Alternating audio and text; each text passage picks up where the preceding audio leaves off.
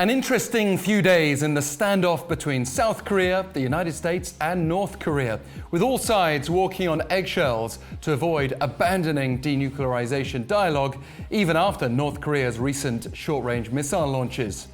Taking you through the latest developments in these uncertain times, I'm Alex Jensen for Korea Now. So, South Korea has been reluctant to say the North fired ballistic projectiles. The official line has been Seoul and Washington are analyzing the launches. Recognizing these missiles as ballistic would prompt UN Security Council action, as the North's barred from developing such technology.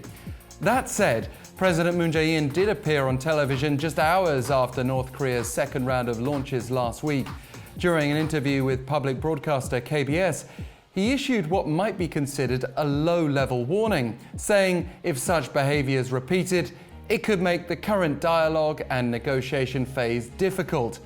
Not exactly a threat of fire and fury like we heard from the US in the past, but perhaps a realistic reflection of Moon's concerns. Another thing he emphasized, and we also heard this from US President Donald Trump lately, is that the North's projectiles only flew relatively short distances. Interestingly, Seoul's defense ministry also said inter-Korean military communication lines have been operating normally, despite Pyongyang's recent launches. The two sides have had regular contact twice a day, which may imply that North Korea is leaving the door for dialogue open, a government source told us. As for the US, we're not seeing much willingness to back down, but Washington's also being careful not to escalate the situation. US President Donald Trump said in a recent interview with Politico, when asked whether he was angry about the North's missile launches, "I'm not at all. They're short range and I don't consider that a breach of trust." He went on, "These were short-range missiles and very standard." Of course, this is the man who's touted North Korea's suspension of nuclear and missile tests as one of his diplomatic accomplishments. Like Moon, Trump has very much set his course toward peaceful denuclearization, even if the US leader isn't so ready to compromise.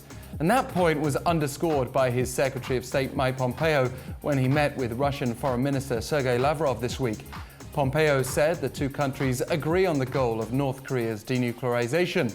But Lavrov also noted North Korea expects concessions from the US. For North Korea, Pyongyang's latest launches have involved only short-range missiles so far and appear to be the result of frustration rather than returning to nuclear provocations.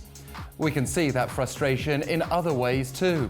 The North this week demanded that the US release a cargo ship seized on suspicion of violating UN sanctions, denouncing it as an outright denial of the spirit of last year's first ever US summit. But Washington's State Department has refused to comment and doesn't seem like it's about to offer sanctions relief.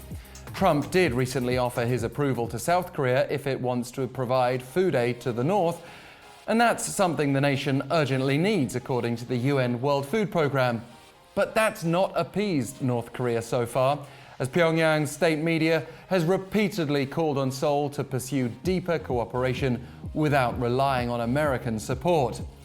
And so where does that leave the prospect for further dialogue? Trump summed the situation up when he said, "The relationship continues, but we'll see what happens. I know they want to negotiate. They're talking about negotiating, but I don't think they're ready to negotiate. It's clear no one wants to give up on dialogue, but they don't want to give way either."